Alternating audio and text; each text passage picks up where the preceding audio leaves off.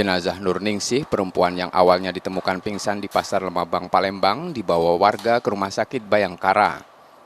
Ningsih nyawanya tak tertolong dalam perjalanan menuju rumah sakit. Suripno, suami Ningsih yang berada di Rumah Sakit Bayangkara menerangkan, saat istrinya pergi ke pasar pagi hari sudah terlihat tak sehat. Ia mendapat kabar dari salah satu pedagang jika istrinya pingsan dan sedang dibawa ke rumah sakit. Nah, kan kami kan cerita kalau sudah ngantar pagi ke pasar, kami tinggal balik. Jadi waktunya balik, kita jemput kan, tempat biasanya jemput itu penjemputan kan. Nah, kok di Cingok sudah jam 9 belum ada kabar. Kepala balik kita balik, rupanya belum balik.